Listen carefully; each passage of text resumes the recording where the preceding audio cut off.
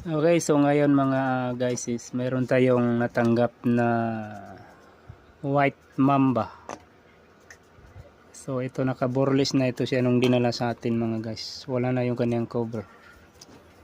So ito yung kanyang lalagyan ng SIM. So sa mga familiar dyan sa white mamba, kilala nyo naman ang board ng white mamba.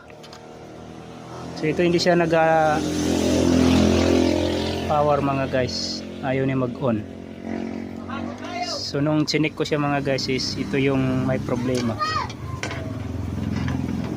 So itong section na ito mga guys yung may problema. So may shorted dito na mga IC or capacitor. So dito shorted na rin yung capacitor dito sa dalawang capacitor na ito.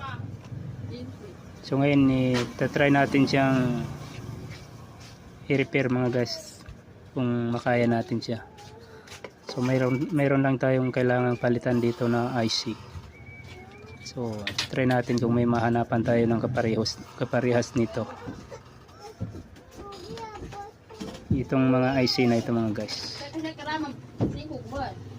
So hindi natin makita ng malaki kasi hindi tayo under sa microscope. So makita lang natin ng malaki pag under microscope mga guys. So yung mga gustong bumili nitong ating microscope, ilalagay natin yung link para mabili ninyo or ma-order nyo. Ayan.